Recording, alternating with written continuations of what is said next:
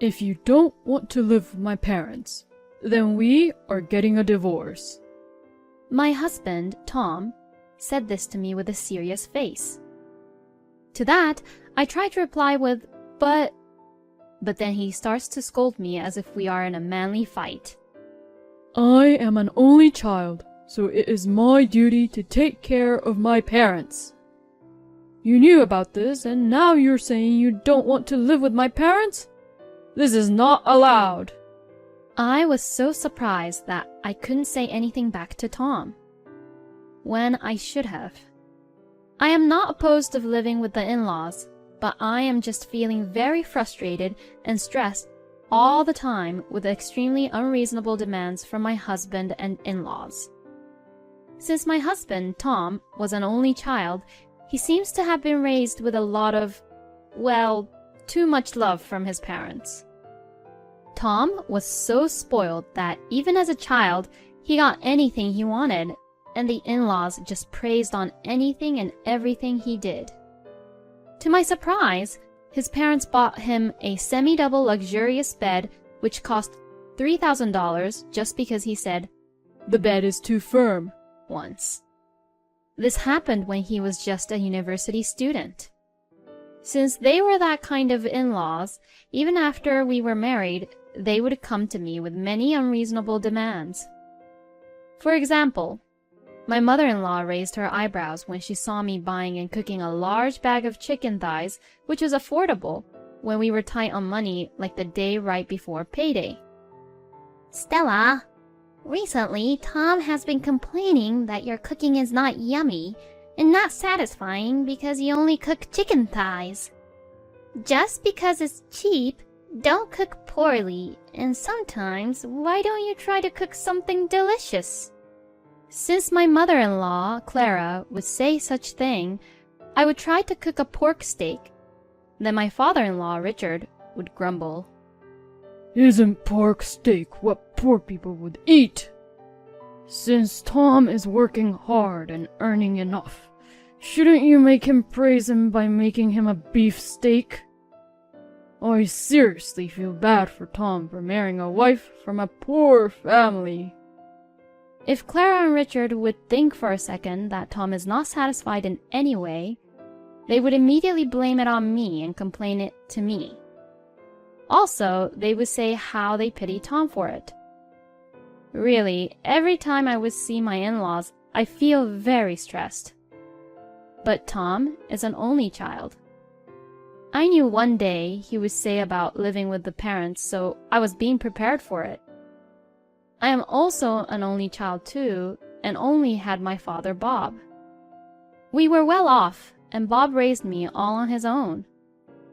Bob was really good at house chores too. So every time I would go back and visit him, that's all I needed to do. Bob also didn't expect anything from me. I understand that you already have too much plate on yourself by dealing with the parents-in-law. No need to worry about me, Stella. Every time I visit him, he would always tell me that, and also make sure that he was very proud of me for it. Perhaps it was because of those words from my father, I was able to withstand the unreasonable demands from Clara and Richard. Just then, my father passed away. According to my father's friend, Sam, who came to the funeral, told me that Bob had been suffering from cancer for several years. He probably kept it a secret from me to not be a burden on me. He did not show any sign of cancer, nor even a hint of illness to me. My father, who spent many years as a single parent, never revealed his illness to me until the very end, just because he loved and cared and didn't want to be any burden to me. To think about my father, I couldn't stop crying. Your father was too young to die, Stella. Clara and Richard, who came to the funeral, greeted me. Us too. We never know if we will become sick and be hospitalized. I am too horrified to think about dying alone, not even seeing my child next to me when I am dying. Yes, after all, if you are the child, you have to take care of your old parents. We are getting old too, you know. Instead of grieving for my father, nor caring for my feelings, Clara and Richard implied that I was the filial daughter and that they pity my father, and above all, she pressured me to take care of them as Tom's wife. Since what they were saying to me was so rude, I was about to say something back, but then I saw my father's smile in the portrait. It's okay. Don't worry about me. You're doing a good job, Stella. My father's words and his kind smile came back to my mind, and I managed to swallow the words that were almost coming out. It was near the end of the funeral that I discovered that my father's estate included a large tract of land in New York. Sam, who had kept the will, handed it to me. Such a big land, and it's one of the nicest places in New York. It will be a waste if you don't use it wisely. Back at home, I was reading the will when Tom snatched it up from me, and after he read it, he spoke to me with excitement. Hey, what do you think about building a two-family house here and living in with my parents? Don't you think it's a great idea? Two-family house? I was too shocked. I just repeated the words. Why is my husband deciding on how to use the land I inherited to suit him and his parents? It's too early to make a decision about it. Let me contemplate about it. What are you saying? There's no need to contemplate about it. For this kind of things, you should make fast decisions. Besides, I have been thinking about how to live with my parents for a long time now. Then came with this inheritance of the land. Perfect! I bet God is telling us to build a two-family house on this land. Don't you think so? I don't think so at all. There wouldn't be a God who would suggest such thing. I took a very deep breath and told him, Wait, since I am the one who inherited this land from my father, let me contemplate on how to use this land. Wife's things belong to her husbands also. Tom yelled back at me. Besides, you have been living off my income, and when you inherit a land, you're saying it only belongs to you, and you alone. Isn't that too convenient? If you are saying such things, then stop using my money. I didn't say it belonged to me and only belonged to me. Since I am the one who inherited it, I have my say in how to use this land, and I wanted you to hear me out about it. If you have a better idea than mine, I'm all ears. Tom crossed his arms and glared at me as if to say something. I can't think of any because it's too sudden. See, I knew it. There isn't any better idea. Wait, let me do my researches and let me choose the best way to use this land. We don't have that kind of time to contemplate on it.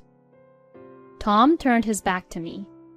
At this time, I couldn't talk to him any further. After this conversation about the inheritance of the land, I tried several times to discuss about it, but Tom would not listen to me at all. The only thing he would say back to me is, "We're building a two-family house." Sam, whom I spoke to briefly at the funeral, called me to check on me several times because he was concerned about me. Now that my father has passed away, Sam was my only source of comfort, and thanks to him, I was able to keep my feelings into perspective and remain unbroken by Tom because Sam was listening and hearing me out on what was happening between Tom and I. After about 6 months had passed, someone claiming to be an employee of a major house building company called me. The house you have ordered is about to be completed, and we were wondering if we could set a date for your final check. What? ordered house? I repeated in a questioning tone, and the person on the other end of the phone sounded puzzled as he explained. He said the house was ordered to be built 6 months ago. Tom, what is this about? Did you order a house to be built behind my back without mentioning it to me? I asked Tom on the same day, but the answer I got back from him had no sign of apology. You were taking too much time to contemplate, so I went ahead and decided for you. But you just did it without discussing it with me, which is horrible. If I didn't do what I had done, you won't listen and just be unreasonable and nothing will get decided at all. What do you mean by unreasonable? Is it wrong for me to have an opinion on what to do with my land? It's not your land. I said it before. Wife's things belongs to her husband's also. Don't make me repeat. But you could have said something about it to me. Tom just sighed loudly, purposely, and said, "What a pain in the ass," under his breath. You don't want to live with my parents that much, huh? That is not the point. I have the right to have a say in how the land is used. Anyways, if you don't want to live with my parents, let's divorce. I was surprised at how quickly this conversation went. Is my husband threatening me for a divorce just because I don't want to listen and give in to his idea of building a house to live with his parents? But I am an only child, and it is my duty to live and take care of my parents.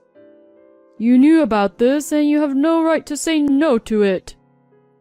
And this is the reason why I have left Tom. I had no hesitation signing the divorce paper. I was treated in such an unreasonable manner. My love for him was gone, and I have nothing but frustration and stress from Clara and Richard. Both Tom and his parents told me to get out, but I preferred it that way anyways. My only regret was that they took my land, which my father had left me away from me. I called Sam and told him what had happened to that land. That must have been hard. His voice was filled with sympathy, but soon became powerful. But don't worry, we'll get that land back. What? Without answering my question, Sam just smiled. After the divorce, I was living in an apartment. I was looking for a job which I was having difficulties, but I was in no rush. I already had a well-planned-out plan for a stable life in the future. My only concern was the land I had gotten from my father. I didn't understand what Sam meant, but I still decided to wait and believe in him that everything would be all right because he was my father's friend. Then, I received a phone call from Tom. Hey, you signed a contract to build a mansion on that land. Why didn't you tell me so? You framed me, didn't you? What? What are you talking about? I just got sued from the construction company because I built the house already on that land. Since he called me when I was meeting up with Sam, I made a gesture of questioning what Tom was talking about. Sam just smiled at me and took the phone away from me and started to talk to Tom. Hey, Tom, you're speaking too loud. Everyone can hear you. Don't you know how to speak to a lady? The way you speak, wouldn't it be considered as a moral harassment? Huh? Who are you? Sam was right. Tom's voice was so loud that I could hear him when the phone is in Sam's hand. I am an old friend of Stella's father. I have heard a lot from him. Stella's father is the one who made the contract to build the mansion. He was worried that you and your parents would use this land without Stella's permission. even though Bob only left it to Stella, so he made a contract to build a mansion before his death. Why didn't I hear about this? It was written in the will. You took the will away from Stella before she could finish the last page of the will, didn't you? Also, you yourself read only the beginning of the will and felt better about it, and didn't read the will till the end, isn't that right? Sam was right. Tom did take the will away from me while I was still in the middle of reading. After he took the will away from me, he never let me read it again. As I was talking to Stella, she told me the truth, and when I heard the truth, I thought you would terminate the mansion contract on your own, so I kept quiet about it. I knew it. You framed me. No, I didn't frame you. You dug your own grave. I did not do anything. I could just imagine Tom's teeth chattering on the other end of the phone, and I felt great about it. And also, I think Stella has something to tell you. As Sam said that, he gave me back my phone. Yes, I did have something to say to Tom. I have something to say to Tom which he will regret. That is why I needed my time. I was taking my time to find a way for Tom, Clara, and Richard to regret for letting me go. Tom, I believe that soon you will be receiving claim for damages and alimony as well. Huh? The voice of Tom was so loud and sounded so dumb. What do you mean by that?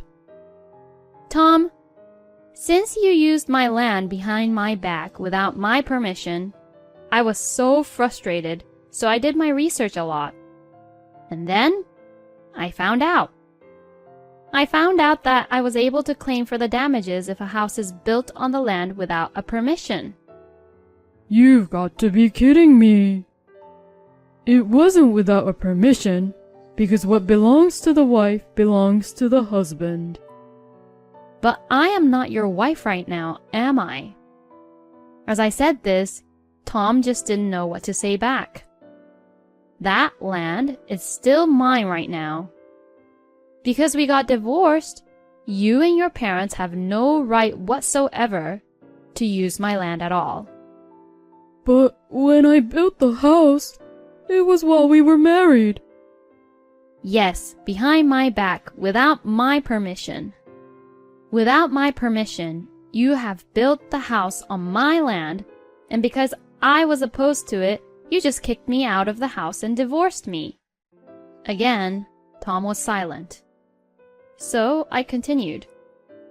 Oh yeah, by the way, all the conversations we had about the house and land is recorded.